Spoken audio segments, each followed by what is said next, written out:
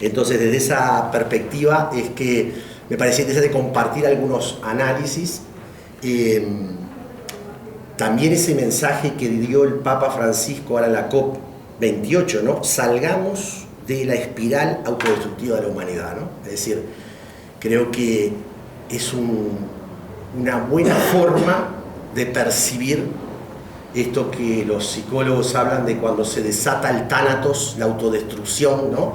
Tanto del individuo, de la comunidad o del ser social, pasa a fagocitar todo, ¿no? Y es la percepción que uno percibe en esa negatividad que muchas veces encontramos en el diálogo con estudiantes, ¿no? Yo digo, a mis estudiantes les pregunto si el futuro va a ser mejor y cada año son más los que me dicen que no.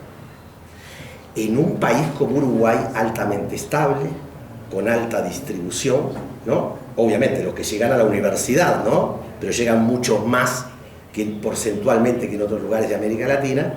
Sin embargo, la percepción que vamos hacia un mundo del desastre, ¿tá?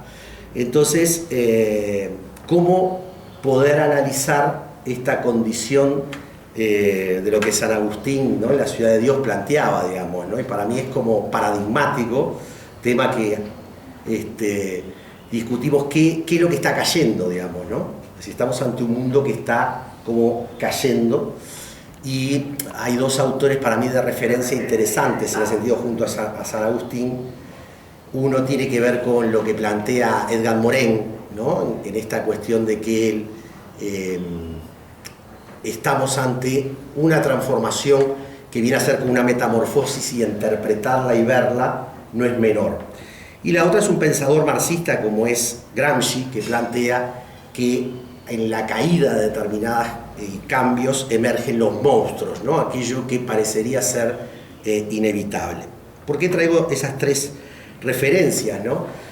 Porque en un rápido análisis de coyuntura uno podría quedar en lo metodológico, en los datos o insumos que los indicadores muestran de las tendencias a lo catastrófico, ¿no? Es decir, las tendencias tanto en lo ambiental como en la dinámica de la violencia y la guerra, ¿no?, a nivel global, no solo por lo que está pasando en Medio Oriente, en Siria o Ucrania, sino las distintas formas de violencia que vemos en América Latina, ¿no?, y que con Marta y José Fabio venimos discutiendo en la Alianza para el Desarme, en esa cuestión de alguna manera que parecería ser que están instaladas corrientes que parecen irreversibles. Y en el mundo académico está la tentación de que la relación causa-efecto daría que parece de que no es posible el cambio, que eso termina consolidando mucha lógica autodestructiva, ¿no? Y creo que la filosofía, en el sentido de la teología, deberían ayudar a interpelar sobre la perspectiva de aquello que Hannah Arendt dice, si algo es posible que el ser humano haga, es trastocar a partir de su acción de libertad lo que parece inevitable, ¿sí? Y creo que estamos ante ese desafío, ¿no? Se instalan distintas situaciones que parecen inevitables. Parece inevitable la superación de la pobreza, parece inevitable la destrucción de la naturaleza, parece inevitable la guerra, parece inevitable la violencia, parece inevitable, ¿no? Bueno, se puede entonces sentir, pensar, comprometerse, analizar desde otro lugar, ¿no? Y creo que ese lugar evidentemente no puede ser solamente, ya que estoy ante académicos y a veces podemos quedar atrapados en las burbujas del principio de no contradicción, ¿no? Y yo creo que lo que hay que buscar es justamente a través de los compromisos y las prácticas devenir en mecanismos que permitan justamente trastocar tendencias e inaugurar perspectivas distintas a lo que parecería ser que está como instalado, digamos, ¿no? Si uno mira en retrospectiva, ¿no?, muchas de las cosas que parecían que iban a ir hacia determinados lugares fueron hacia otras, y es ahí donde me parece importante pensar cómo generar entonces no solamente marcos de análisis que son necesarios en esta perspectiva de compromiso, sino la construcción de prácticas a partir de las nuevas subjetividades y vínculos que se están produciendo muy distintos a los de la generación que yo llamo de los 80, que tienen hoy, que eran su militancia de los 60, la generación de los que tenemos 60, que era la generación de los 80, ¿sí? O la generación del 2000, que hoy tienen 40, ¿no? Las nuevas generaciones tienen una perspectiva muy distinta de cómo construyen sus sentidos, ¿sí?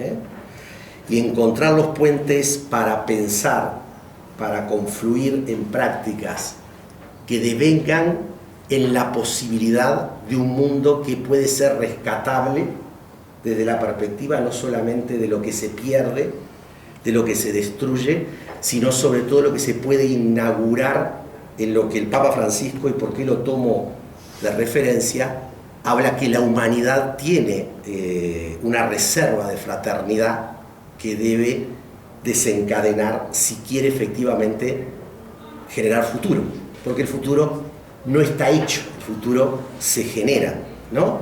Entonces, ¿por qué planteo esto como previo, no? Porque me parece que como cristianos, y ya que la charla se enmarca en esto de la participación de los cristianos en la construcción de la paz en tiempos de crisis, de la democracia y la guerra, podemos como cristianos reproducir el ser de este mundo, ¿no? O sea, en el sentido de esa tendencia negativa a que es poco probable la esperanza, que es poco probable transmitir que es posible otra manera de vivir y de convivir en la humanidad, digamos, ¿no? Entonces, desde esa perspectiva, focalizando un poco en América Latina, digamos, en estos dos conceptos de democracias desafiadas, ¿sí? Desde del Instituto de Historia de las Ideas de Facultad de Derecho, yo vengo trabajando lo que se llama un comparativo de lo que implica las democracias desafiadas en el siglo XXI, como perspectiva de cuál sería el marco desde el cual pensarnos en la gestión de la convivencia. Entonces, la democracia, tanto cuanto forma en la que busca construir los procedimientos, busca construir los mecanismos, las instituciones, ¿sí? Hablando con José Fabio, yo decía, bueno, Uruguay es una de las que se considera democracias estables, ¿no? Democracias plenas, lo cual no es cierto, pero bueno, digo en qué no es cierto, en la medida de que no contempla todos los niveles que la democracia debería contemplar. Entonces,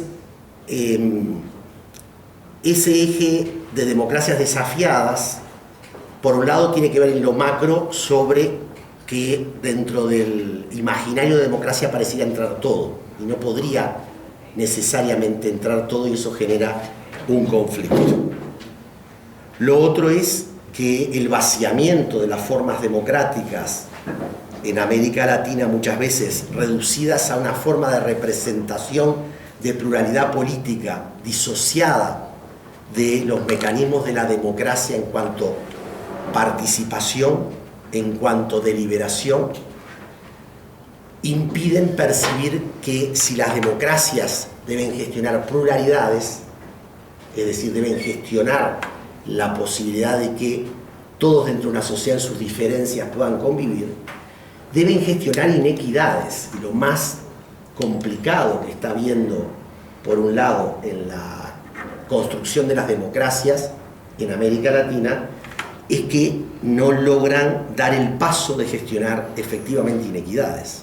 Y entonces se vacía ese concepto de las democracias que gestionan pluralidades, porque las pluralidades se terminan reduciendo a élites que terminan sosteniendo el no cambio en la relación de poder en las estructuras sociales, sean económicas, sean culturales, sean de género, sean los distintos niveles que uno le podría plantear a lo que es la democracia. ¿Y por qué traigo esto? Porque el gran dilema que se ha instalado hoy es las democracias pasan a ser ineficientes, ineficaces e inviables.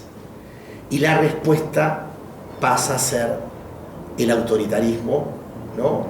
La manipulación o la tragedia que para nosotros desde Uruguay vemos que le está pasando a Argentina, que es la deslegitimación del pacto social que el Estado pueda construir mecanismos de convivencia y darle al mercado la palabra única y última de lo que sería la convivencia, ¿sí? Que es la oferta y la demanda, pero es sobre todo la lógica de pensar a las sociedades ligadas a las relaciones de oferta y demanda, decíamos, y por tanto desvinculada de derechos. Hoy un joven me escribía esa frase que Milei insistió tanto, que los derechos humanos y los derechos sociales son un robo a aquel que toma iniciativa.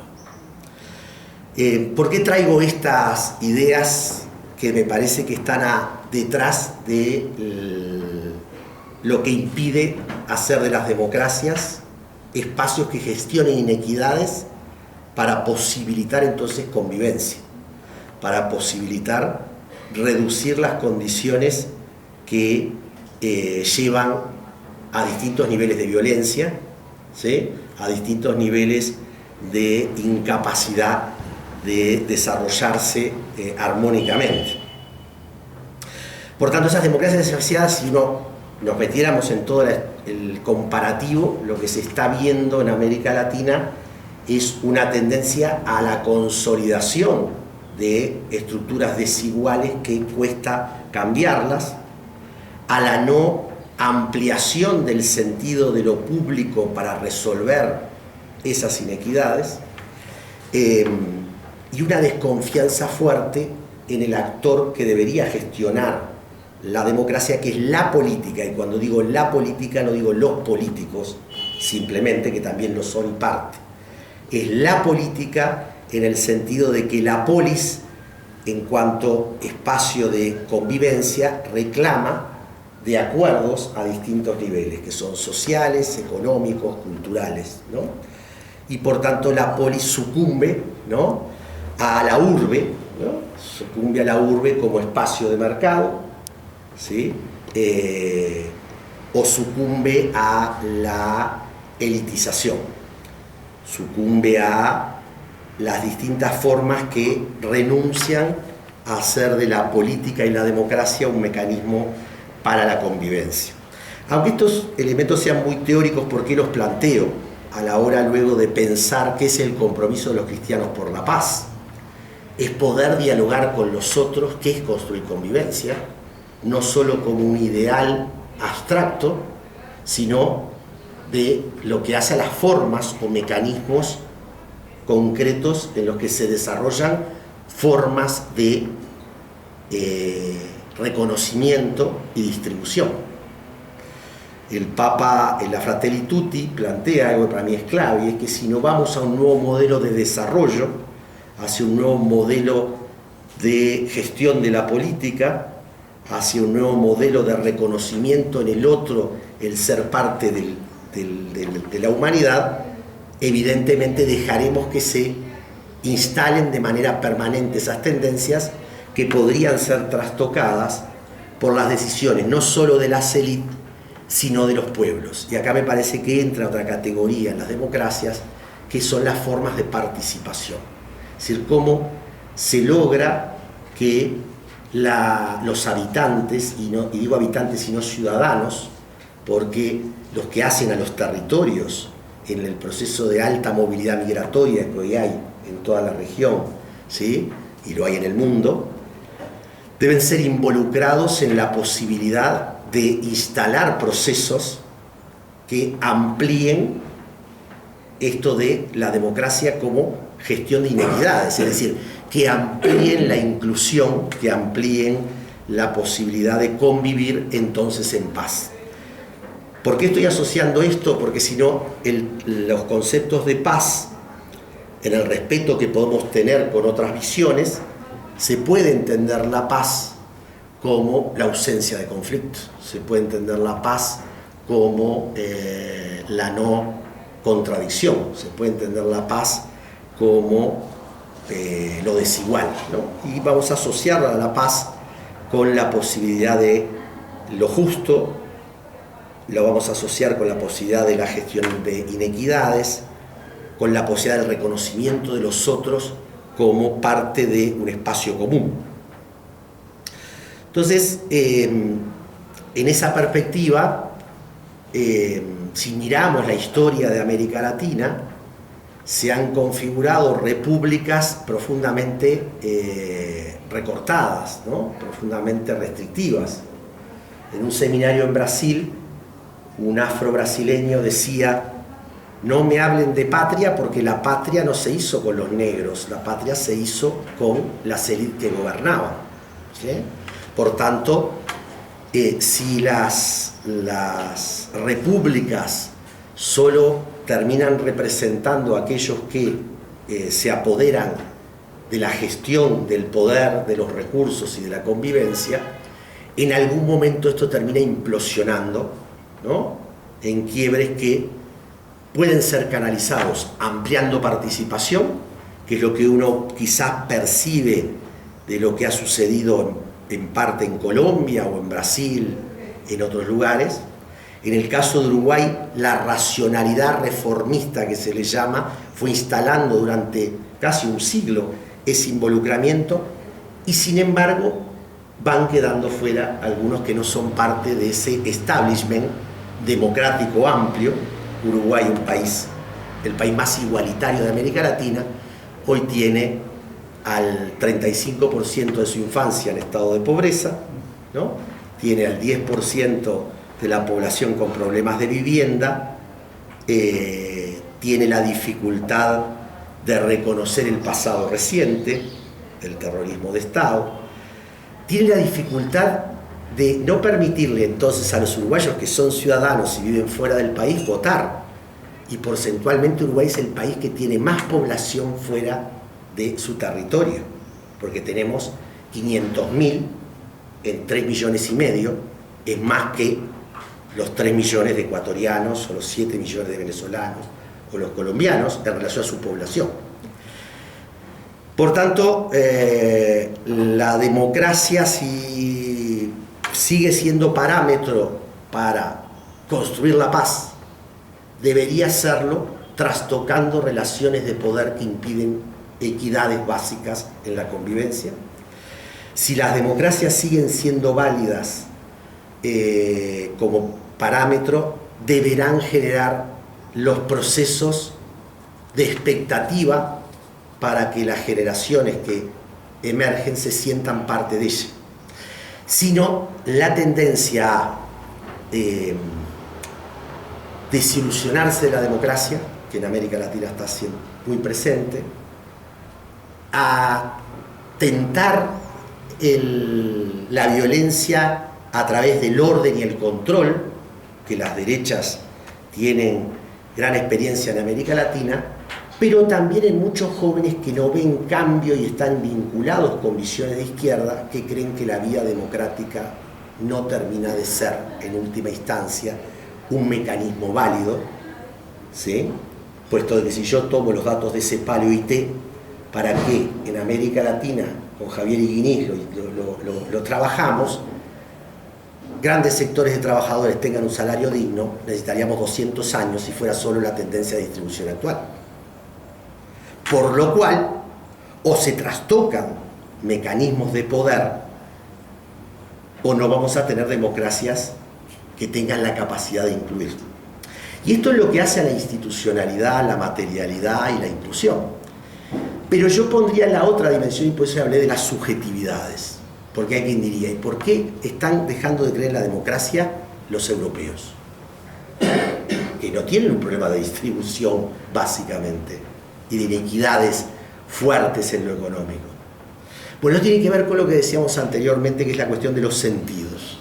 Estamos ante un cambio, una crisis civilizatoria muy fuerte, que es leída por algunos como una guerra de civilizaciones, que es leída como una pérdida de centralidad de lo que sería el culmen de la humanidad, que es Occidente y el judeocristianismo, que es leída como el avance de los bárbaros, y entonces está generando en Europa la xenofobia, está generando las reacciones que terminan de alguna manera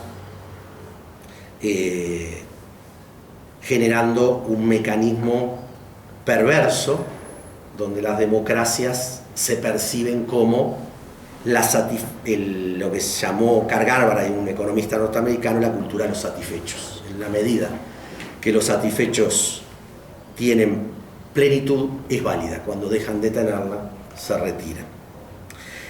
Y vuelvo a nombrar a Francisco. Todos sabemos que se puso Francisco, ¿no?, por el pobrecillo de Asís en tres planos, ¿no? Por aquel que era capaz de mirar en los pobres y descartados la voz de Dios. Se puso Francisco porque somos hermanos de la naturaleza y la crisis ambiental es clave.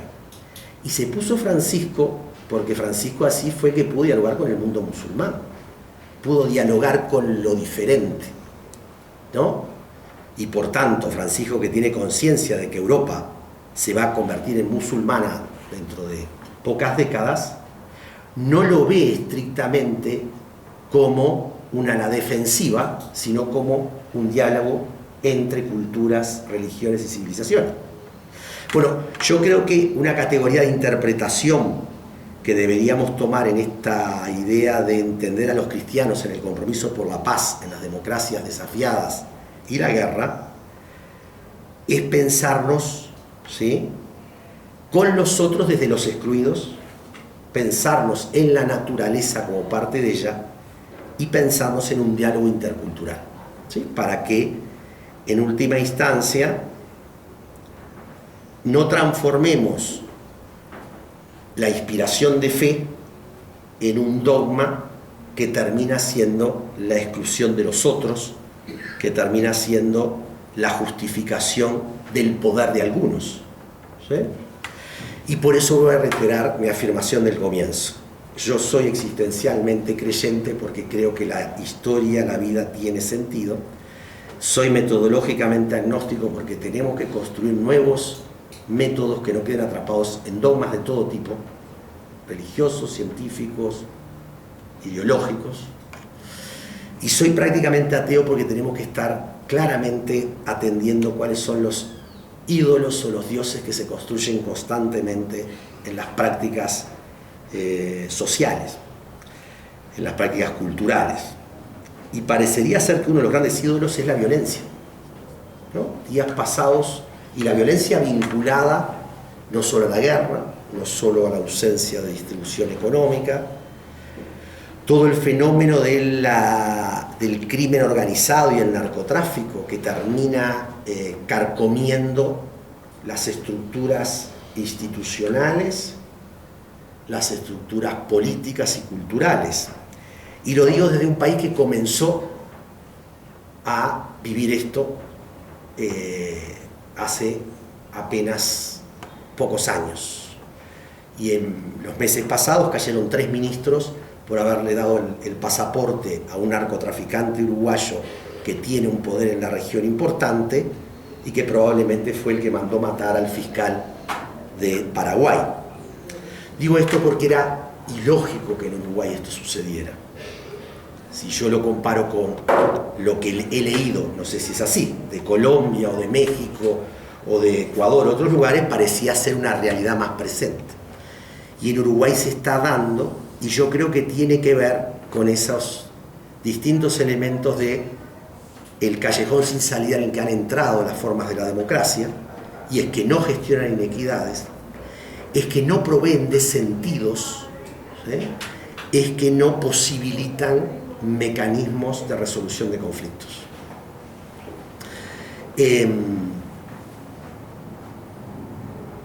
Por tanto, desde un análisis de cultura muy genérico como el que estoy haciendo,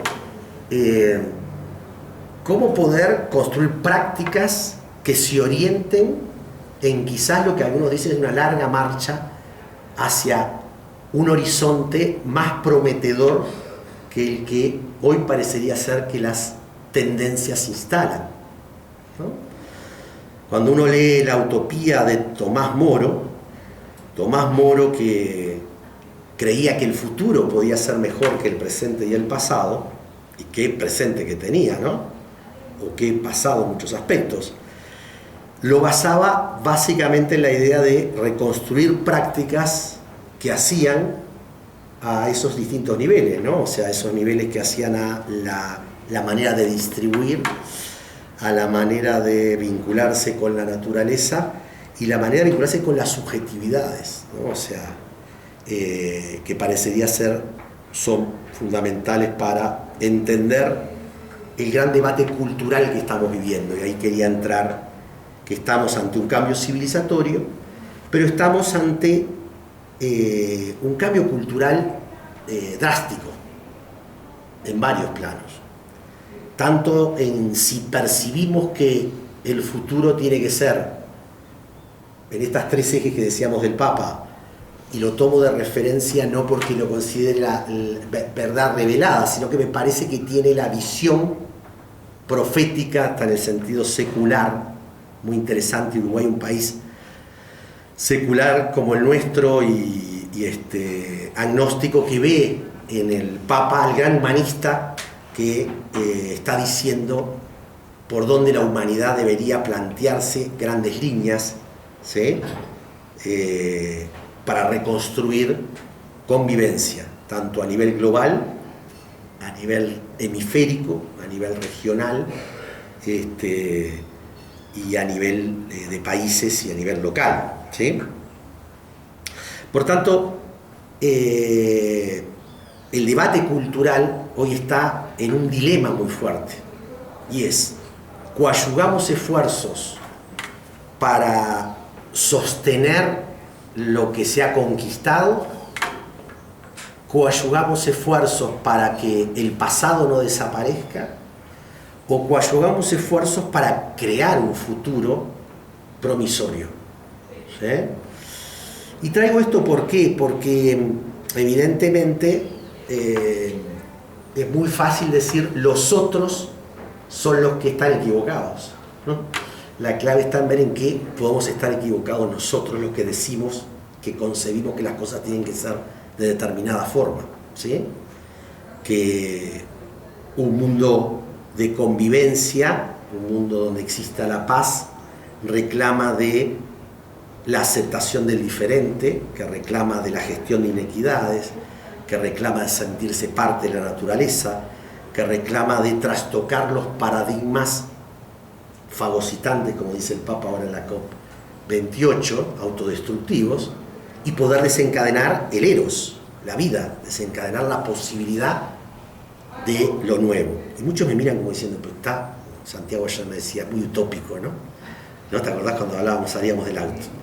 Sí, creo que sí, de alguna manera trastocar las bases de nuestro propio convencimiento de la negatividad como de la positividad, ¿no? O sea, de qué es lo probable, lo posible, y qué es lo deseable.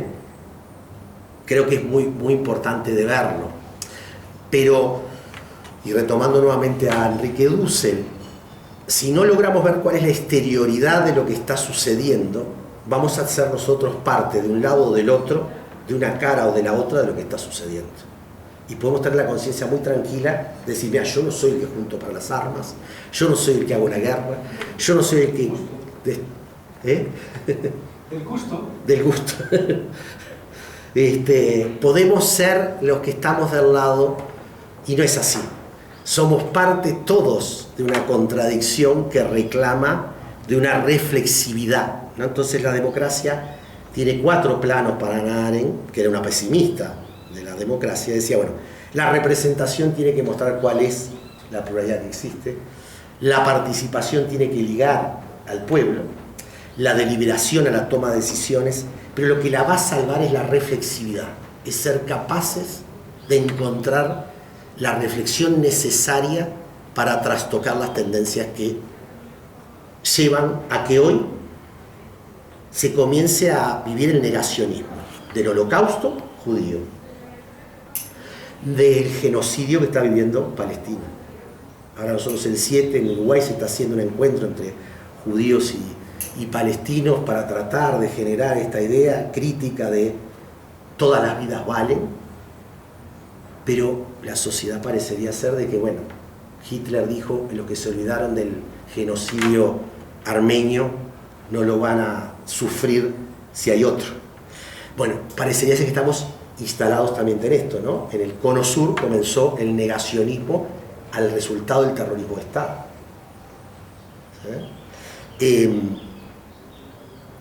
Por tanto,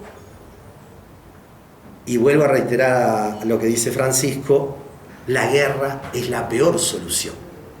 La paz parece la solución más razonable, no la guerra, ¿no?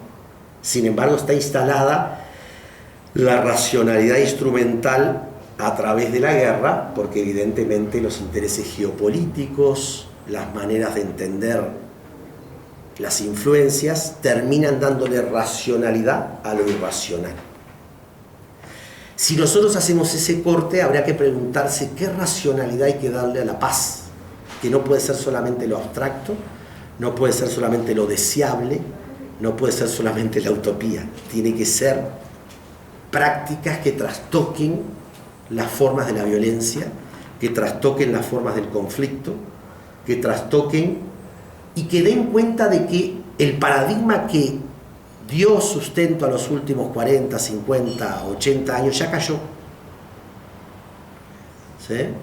Y como ya cayó, o se termina fagocitando en la acumulación absoluta de poder económico, como lo vemos a través de la tecnología, o se termina desarrollando en la imposición de violar el derecho internacional, ya no solamente de manera indirecta, sino de manera directa y justificada, pidiendo la renuncia de Guterres porque cuestiona determinada acción, o que el derecho de los pueblos a liberarse permite cualquier método. Y no es cierto. No se puede aceptar cualquier método. Por tanto, la acción de Hamás hace 2 meses es terrorismo, no cabe la menor duda. Y las acciones de respuesta del ejército de Israel son crímenes de guerra. ¿Sí? Eso permitió juntar a judíos y palestinos con la racionalidad humanista en Uruguay para hacer esto. Más allá que estoy teniendo constantemente llamadas de quién no va a dejar de ir, que los rabinos, que esto y lo otro, no, porque no es nada fácil aceptar que lo más racional es la paz, más que la guerra. ¿Sí? Si nosotros vamos a las distintas formas de violencia que en América Latina se están produciendo, evidentemente estos vicios que vemos de ausencia de equidades, ausencia de reconocimiento de otros, o creer que los métodos valen de acuerdo a mis objetivos y no son per se destructores o habilitadores del humano, no terminan consolidando las bases necesarias de una cultura de la tolerancia. Y yo vuelvo a reiterar, en Uruguay tenemos una cultura de la tolerancia donde el sistema político puede sentarse en una mesa y dialogar. Yo diálogo con todas las corrientes políticas de Uruguay y a nivel social. Sin embargo, días pasados Naciones Unidas convocó una reunión por lo que llaman los 40 años de la generación 83, que es mi generación, que hoy tenemos 60 años y que luchamos para recuperar la democracia, la dictadura pasada en el año 83, y ahí habían todos liberales, conservadores, izquierda, todos juntos que luchamos contra el autoritarismo. Nos sentamos así en una mesa y todos pudimos hoy, los que están en política partidaria, peleados unos con los otros, pero en realidad sentarse sobre una misma mesa. Yo puedo llamar a los presidentes de los partidos y decirle, mira, vamos a hacer esto con los judíos palestinos, o arriba, vean. No hay grieta en el establishment. Sin embargo, la grieta está con los que quedan fuera, con los que ya hace 3 décadas que no están incluidos en un sistema laboral estable, en los que no han accedido a la socialización de determinados bienes culturales. ¿Sí? Y digo esto ¿por qué? Porque ese es el germen de la destrucción no solo de la democracia, sino también de la construcción de la paz y de la resolución de los conflictos desde otro lugar. A esto yo agregaría, y como le decía José Fabio, capaz que lo mejor era, y a Guigui también, plantear algunas cosas después intercambiar, porque digo, capaz que yo estoy hablando para allá y todos están pensando para allá, y entonces veamos cómo poder intercambiar algunas de estas ideas planteadas, digamos, ¿no? En esto de que ha caído un paradigma, bueno, cayó la idea del Estado social como se pensaba, ¿no?, en la posguerra, y hoy estamos viviendo una nueva crisis de por dónde debería ir esa construcción de un pacto social que incluya desde otro lugar. Los cambios tecnológicos han instalado tendencias, ¿no? Estoy dialogando con un filósofo vasco, Daniel Inariti, que es un experto en inteligencia artificial y democracia, que hicimos hace poco un webinar, y vamos a hacer otro el 13 sobre algoritmos e inteligencia artificial, cómo las nuevas tecnologías están diseñando absolutamente, no ya solo el consumo, no solamente las formas de vivirse, están diseñando las nuevas formas de convivir, que es poniendo en burbujas separadas, incomunicables, a distintos sectores de la sociedad, a distintas generaciones. Entonces, cuando uno estudia por qué termina ganando Milei en Argentina, que dijo voy a destruir el Estado social porque es un robo aquel que toma iniciativa, y lo votaron aquellos que no tenían un solo peso para tomar iniciativa, desde mi generación parece ilógico. El Estado debía ser el que garantizara esto.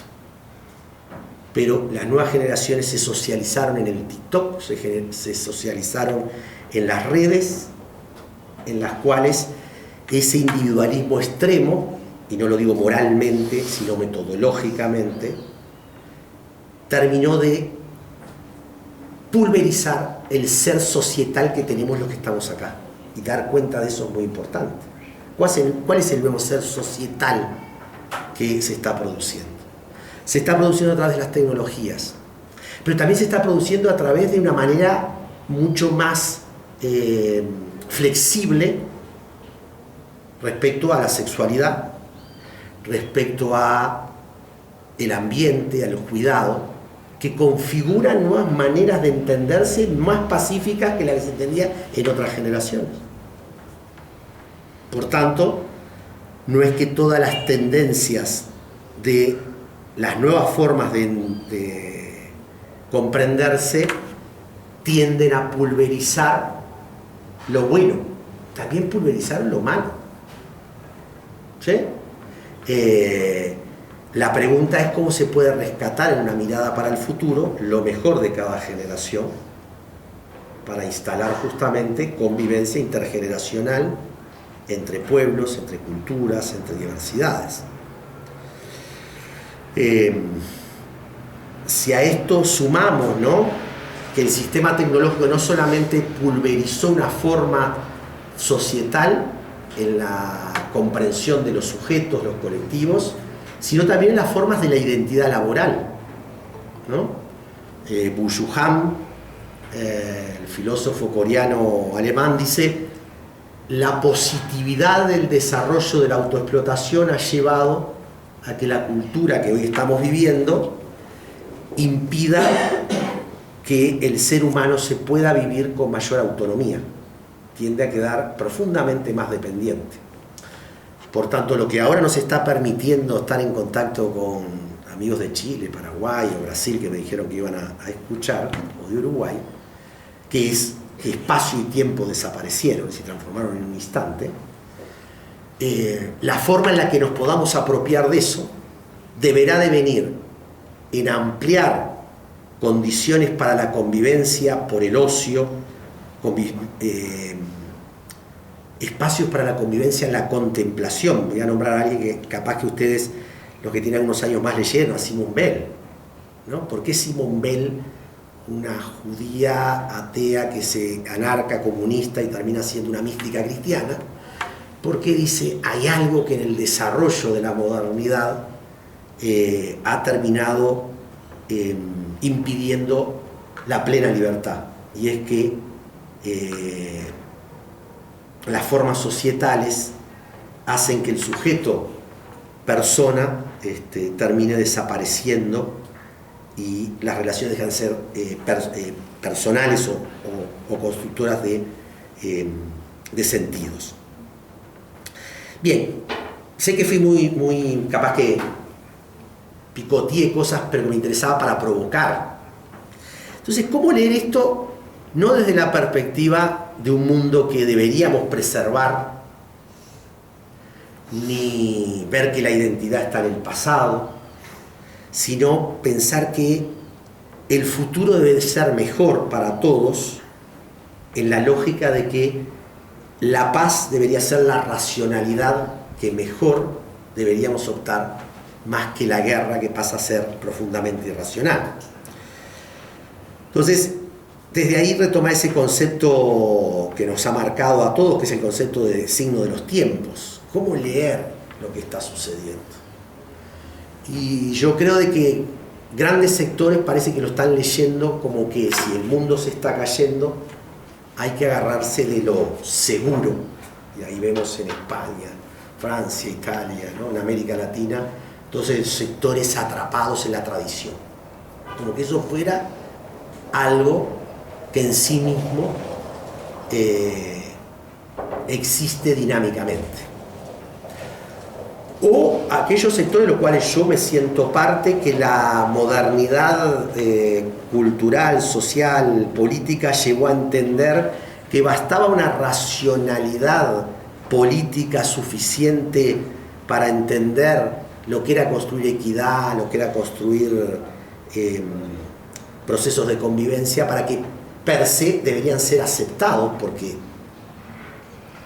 parece ilógico que no fueran aceptados. Parece ilógico no aceptar de que es legítimo que todo el mundo tenga salud, que todo el mundo tenga educación, que todo el mundo tenga acceso a la vivienda. Parece ilógico de que no se acepte esto. Sin embargo,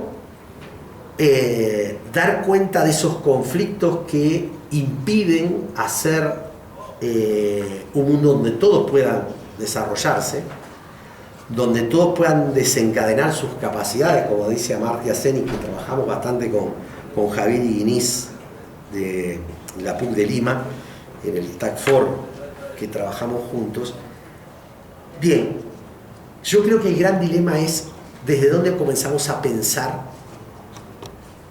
la crisis cultural que tenemos, no atrapados, no solo en el pasado, sino tampoco en aquello que creemos tan pertinente nosotros, en nuestra generación, sino que comenzamos a pensar el cambio cultural sobre discernir qué de lo nuevo, qué de lo existente, qué de lo que hay debería afirmarse para que poco a poco devengan sinergias, no como bien dice Francisco en esa frase, salgamos de la espiral autodestructiva de la humanidad, sino que generen sinergias positivas, como puede ser cómo se construye multilateralismo, cómo se construye cuidado de la naturaleza, cómo se construye distribución. Pero eso no se da por un debate meramente intelectual, ni se da esperando de un Dios que para mí no es cristiano, ¿no? La idea de una providencia que no toma en cuenta lo que nosotros inevitablemente tenemos que hacer, que es trastocar en la práctica los paradigmas que impiden convivir desde otro lugar. ¿Y por qué fui a esto? Porque hablar de paz, hablar de un mundo vivible, reclama de todas las generaciones un poner bajo sospecha no solo al otro, o a lo que yo tengo muy claro del otro que no vale, o que no construye humanidad, sino también poner bajo sospecha lo que nosotros, cada uno, concebimos como válido. ¿Sí?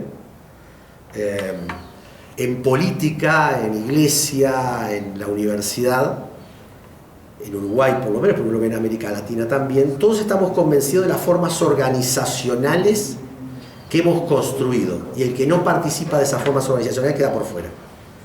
Y nosotros vemos en Uruguay que marchan una cantidad de mujeres por la equidad de género, pero no van a las organizaciones. marchan por el ambiente, pero no van a las asociaciones.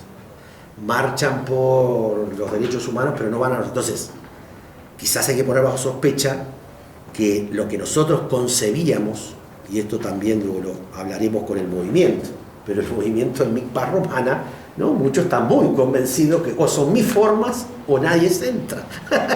Entonces, bueno, a la que me escuchen me van a matar cuando llegue a Uruguay, pero bueno, en realidad tenemos que poner bajo sospecha también nuestras maneras, por ejemplo, de negociar, nuestras maneras de construir mecanismos de reconocimiento de los otros. Y como digo, esto parecen ideas muy genéricas, pero si esto yo lo llevo a la negociación de un conflicto territorial, barrial, la reincorporación, que veo acá del tema de las guerrillas o de los procesos de distintos niveles, evidentemente hay que imaginar e innovar nuevos mecanismos donde todos se sientan parte, que fue lo que construyó el paradigma que cayó. Y cayó, ¿no? ¿Cómo hacer entonces de eso la posibilidad de algo nuevo y distinto? Y alguien me diría, claro, ustedes los uruguayos tienen un lenguaje tan secular, ¿y dónde está lo cristiano? En esto que estoy diciendo, ¿no? Bueno, para nosotros, citando a lo que yo digo, mi teólogo de referencia, que es el padre Pablo Bonavía, muy cercano a la parroquia universitaria, y creo que tiene mucho que ver con aquello de Terencio: nada del humano nos es ajeno. Para el cristiano, hablar de lo que la fe le inspira, a mi entender, tiene que ver con esta perspectiva de lo humano. Si podemos encontrar esto, ya nadie es judío ni griego, ya nadie está fuera de la comunidad humana, por tanto no tiene que estar fuera de la comunidad cristiana, que es lo que parecería ser que hay movimientos profundamente fariseos en la Iglesia Católica, pero estamos en un espacio ecuménico y sucede también, ¿no? Hablando con metodistas en Uruguay, hablando con otras tradiciones, los dueños, ¿no?, de quiénes son los que entran y quiénes quedan fuera de alguna manera, ¿no? Entonces, si la paz es fruto de la justicia y la fraternidad, eso debería de venir en algunos principios que para mí hay algunas cosas que en la Fratelli Tutti de Francisco lo instalan como lo que yo llamaría métodos, ¿no? El no a la cultura de los muros, no solo los muros formales, sino los muros culturales, sociales, la necesidad de construir puentes, ¿sí? Enfrentar el virus del individualismo no desde el moralismo, como muchas veces se ha enfrentado, sino del individualismo como la imposibilidad de verse en sociedad con otros, ¿no? El proteger la migración, poder reivindicar lo popular, él dice, contrario al populismo que ha emergido sobre todo actualmente con las formas de extremas derechas, pero que la izquierda la ha tenido muchas veces también. La necesidad de reformar a las Naciones Unidas, ¿no? Queda claro que ya Naciones Unidas, como la Unión de Naciones después de la Primera Guerra Mundial, quebró. Bueno, Naciones Unidas hoy ha quebrado y si no se puede recomponer, estamos ante la ley de la selva nuevamente, digamos, ¿no? Y ese principio de Kant sobre una paz duradera solo es viable si las naciones aceptan el derecho internacional como condición necesaria. Cuando escribió la Fratelli Tutti, el Papa habló no olvidar Auschwitz y Hiroshima. Yo diría no olvidar hoy el genocidio palestino, pero no contra los israelíes. Yo tengo muchos amigos israelíes, tengo mi cuñado, un hermano de mi esposa que es judío y está en Israel. No es contra, sino es a favor de un espacio común de dos países, de dos pueblos, ¿sí? Pero sí reconocer que, como Naciones Unidas planteó en estos días, han muerto en Palestina tantos niños como, no sé, en 10 años en todas las guerras, ¿no? Es brutal. El garantizar la libertad religiosa y la pluralidad y la diversidad es fundamental. Bien. Y esto digo como para cerrar y entonces como poder hacer un intercambio, capaz que la expectativa de ustedes iba por otro lado. Yo estuve pensando por dónde me parecía que podíamos intercambiar. Para finalizar, yo creo que encaminarse en red, en estas nuevas formas flexibles, en las cuales, por ejemplo, estamos coordinando la Alianza para el Desarme y hemos podido provocar articulaciones distintas. El poder vincularnos con la diversidad de sectores que buscan y hacen sinergias hacia determinados objetivos. El entendernos como parte de un humanismo diverso debería comprometernos efectivamente a construir formas de la paz que pasan por formas económicas, sociales, culturales, de vínculos personales, no como una cuestión abstracta. Yo dejaría por acá la primera, digamos, cuestión, que un poco la idea era hacer una intervención que pusiera sobre la mesa algunas ideas, por lo menos de dónde venimos trabajando, y ahí intercambiar, Zapata. No sé si se escucha ahí como para que... Muy bien. Muchas gracias. No hay problema. Bueno, tengo el honor de transmitirte acá una inquietud de Olga Lucía Ramírez. Y plantea lo siguiente: en Colombia tenemos un gobierno de izquierda por primera vez en la historia republicana. ¿Qué lecciones podríamos tomar de la experiencia uruguaya, caracterizada por la presencia de gobiernos de derecha, de izquierda y coaliciones interpartidistas? Es la inquietud de Olga Lucía Ramírez. Bien. Voy contestando un poco así. Bueno, a ver, yo lo que creo que si entendemos a la política como algo que va más allá de los partidos, ¿no?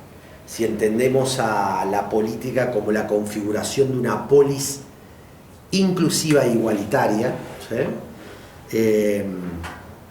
Las corrientes que llamamos de izquierda, estamos diciendo que son aquellas que quieren trastocar las relaciones de poder desigual para ampliar esa inclusión, ¿sí?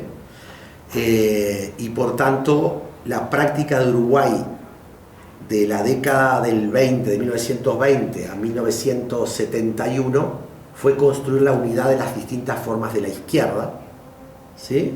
Que va desde comunistas hasta democratas cristianos, liberales, sociales, digamos, ¿no?